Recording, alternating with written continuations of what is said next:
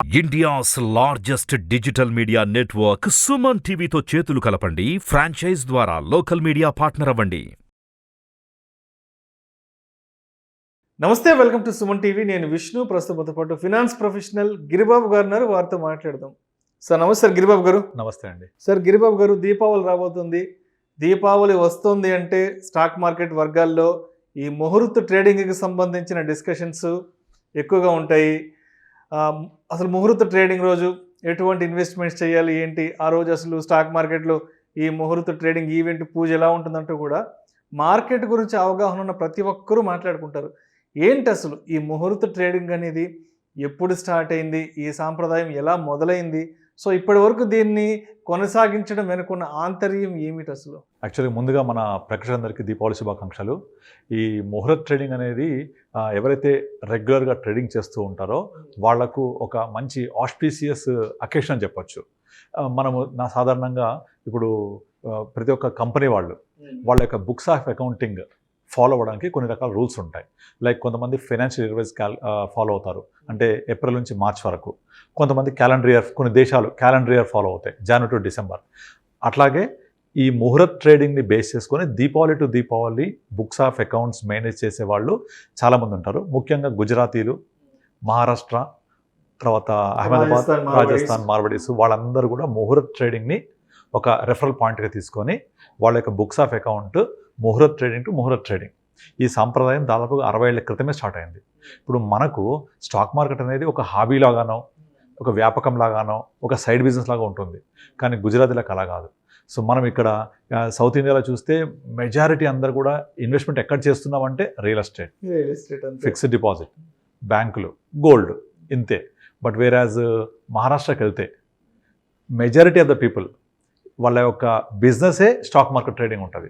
ఇప్పుడు మీకు సిఎన్బిసిలో కానీ, ఈటీ మనీలో కానీ, మీకు టీవీలో అడిగే క్వశ్చన్స్లో చూస్తే 11ంటికి వచ్చే క్వశ్చన్స్లో ఎక్కువ మంది గృహిణులు, మహిళలే ఉంటారు. వాళ్ళు క్వశ్చన్స్ అడుగుతూ ఉంటారు, పలానా షేర్స్ కొన్నాము, పలానా అమ్మాము. మన సౌత్ ఇండియాలో అలాంటి కల్చర్ చూడం. అయితే ఈ కల్చర్ అక్కడ 60 ఏళ్ళు 70 ఏళ్ళ క్రితం నుంచే ఉంది.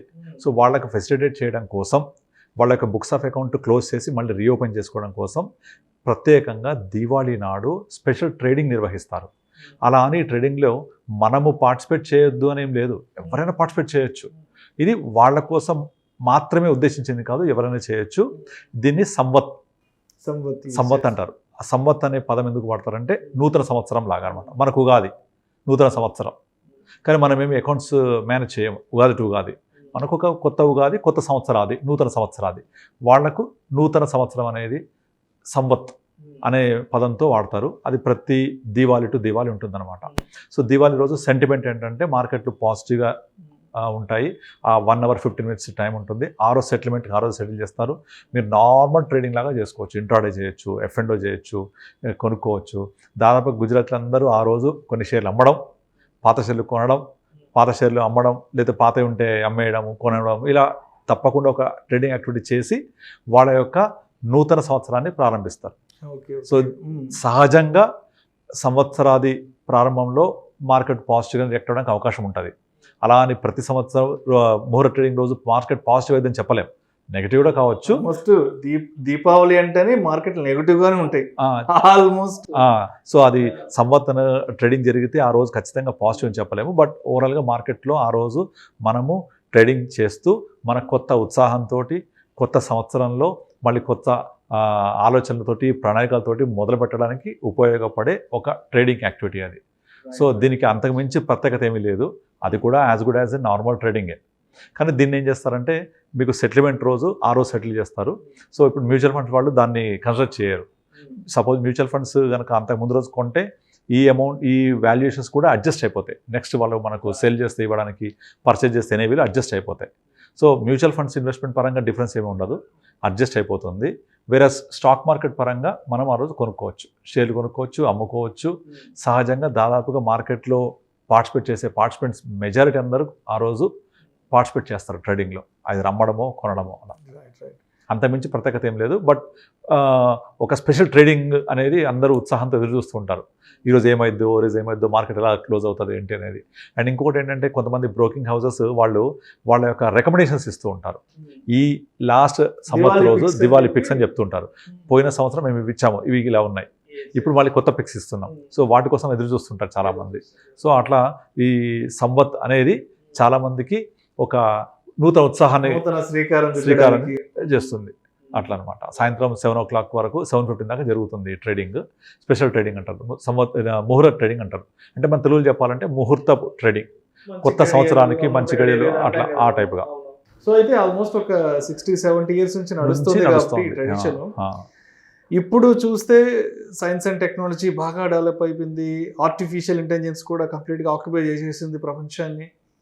బట్ అప్పటి నుంచి ఇప్పటి వరకు కూడా ఆర్టిఫిషియల్ ఇంటెలిజెన్స్ వచ్చేసిన ఈ కాలంలో కూడా మరి మరి ఈ యొక్క సంస్కృతి ఏదైతే ఉందో, ఈ సాంప్రదాయం ఏదైతే ఉందో, ఈ ముహూర్త ట్రేడింగ్ అనే ఈవెంట్, మరి దీన్ని ఇప్పటి వరకు కొనసాగించడాన్ని మనం ఎలా చూడాలి అంటారు? సో ఇది ఈ కల్చర్స్ ఇవన్నీ మనతో పాటు పెరిగి పెద్దయి మనతో ప్రయాణం చేస్తాయి. ఇప్పుడు మనం చంద్రయాన్కి రాకెట్ పంపించాము. చంద్రయానికి పంపడానికి ముందు రాకెట్లో కొన్ని ఇంపార్టెంట్ కాంపోనెంట్స్ తిరుపతిలో వెంకటేశ్వర స్వామి ముందు అవి పెట్టి ఆశీర్వాదం తీసుకొని నమూనాని పెట్టి దేవుడి ఆశీర్వాదం తీసుకొని సక్సెస్ అవ్వాలని వెళ్తారు. ఇక్కడ దేవుడు అనేది ఒక నమ్మకం, అది అందరికీ. సో దాన్ని మనము ముహూర్త ట్రేడింగ్ అనేది సైన్స్ అలా చూడకూడదు.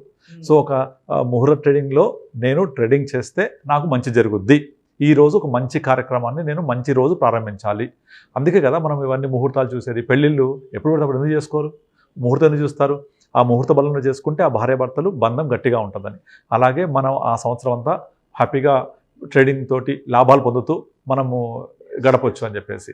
సో అలాగే చూడాలి తప్ప ఒక ఏదో మూఢనమ్మకం లాగానో ఇదేదో సైన్స్కి వ్యతిరేకం అలా చూడకూడదు ఇది. సో ఇది ఒక కల్చర్లో భాగం ఇది. సో అంటే ఎంత టెక్నాలజీ డెవలప్ అయినా కూడా, ఎంత ముందుకెళ్ళినా సరే మన మూలాల్ని మనం మర్చిపోవద్దు అనేది ఒక సూచిస్తుంది మనకి. ఇక్కడ మన కల్చర్లో భాగం ఇది. మన ఋషులు మహర్షులు మన పూర్వీకులు మనకి ఇచ్చిన సాంప్రదాయాన్ని కొనసాగించాలి అన్న సంకల్పంతో, అన్న ఉద్దేశంతో ఇప్పటికీ కూడా ఈ స్టాక్ మార్కెట్లో దీపావళి రోజు సాయంత్రం ఈ యొక్క మంచి ఈ ముహూర్త ట్రేడింగ్ ఈవెంట్ ని నిర్వహిస్తుంది. దీపావళి వెలుగులు చిందిస్తూ ముందుకెళ్తూ ఉంటాయి. ఆ రోజు అందరూ మంచిగా కొత్త బట్టలు కట్టుకొని ఎలాగైతే ఆనందంగా ఉంటారో, ట్రేడింగ్ చేసే వాళ్ళు కూడా అలా హ్యాపీగా ట్రేడింగ్ కొనసాగిస్తారు, చేస్తూ ఉంటారు. సో దీన్ని ఆ దృష్టితో చూడాలి. అంతేగాని ఇది ఒక మూఢనమ్మకం లాగానో ఒక అన్అవాయిడబుల్ థింగ్ చూడకూడదు. సో ఇది అందరికీ మంచి జరిగే ఒక మంచి ట్రేడింగ్ యాక్టివిటీ ముహూర్త ట్రేడింగ్ అనమాట. సో మనం ఎక్కడికి వెళ్ళినా, ఏం చేస్తున్నా, మనం ఎంత సంపాదించినా, ఎంత డెవలప్ అయినా సరే మన సంస్కృతికి విరుద్ధంగా, మన సాంప్రదాయానికి పట్టుకొమ్మలుగా ఉండే ఇటువంటి ఈవెంట్స్ని మనం తప్పనిసరిగా ముందుకు తీసుకెళ్ళాలి. తప్పకుండా. Thank you so much Giribabu గారు. ముహూర్త ట్రేడింగ్ యొక్క ఇంపార్టెన్స్ గురించి అండ్ ఆ ముహూర్త ట్రేడింగ్ రోజు ఆ టైంలో, ఆ సందర్భంలో మనం ఎటువంటి యాక్టివిటీస్ చేయాలి ఏంటి అనే దాని గురించి చాలా డీటెయిల్గా తెలియజేశారు. Thank you so much sir. Thank you అండి.